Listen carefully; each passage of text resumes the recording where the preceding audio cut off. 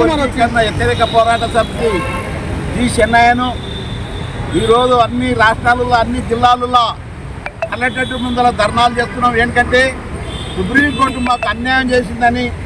Supreme court కాదు తీర్పిచ్చేది, పార్లమెంట్లో bill పెట్టాలి. పార్లమెంట్లో బిల్లు పెడితే 2/3 మెజారిటీ ఉంటేనే పాస్ అవుతుంది. పాస్ అట్లా పెట్టకుండా మేము డైరెక్ట్ కోర్టు ద్వారా పోయిండు. కోర్టు ద్వారా కాదు, పార్లమెంట్లో బిల్లు పెట్టి ఏది 15 రాష్ట్రాలు బైకాట్ చేసినాయి. 2/3 మెజారిటీ ఉంటేనే కోరుకుంటారు. అందుగురించనే అసెంబ్లీలో పెట్టి తీర్పు చేయకుండా మనం అసెంబ్లీ పెట్టాలి, అటువంటి రాజ్యసభకు పోవాలి, రాజ్యసభకు ముద్ర పడాలి. అదేవిధంగా ఎన్ని రాష్ట్రాలకు పోయి ఆమోదించాలి.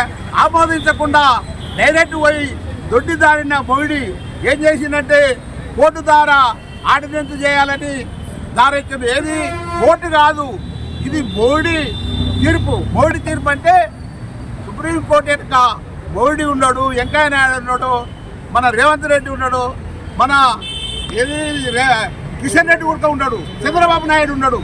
అందరు కుట్ర చేసి వాళ్ళకి అన్యాయం చేసిండ్రు. ఇది అన్యాయం చేయకుండా మేము చాలా బాధపడుతున్నాం, తీవ్రంగా ఖండిస్తున్నాం. సుప్రీంకోర్టు తీర్పు మేము వ్యతిరేకిస్తున్నాం.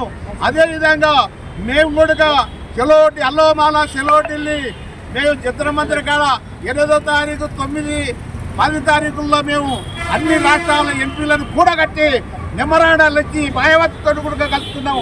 మేము వర్గీకరణ కాకుండా అడ్డుకుంటాం. అందు గురించనే మేము డిప్యూటేషన్ వేస్తాం.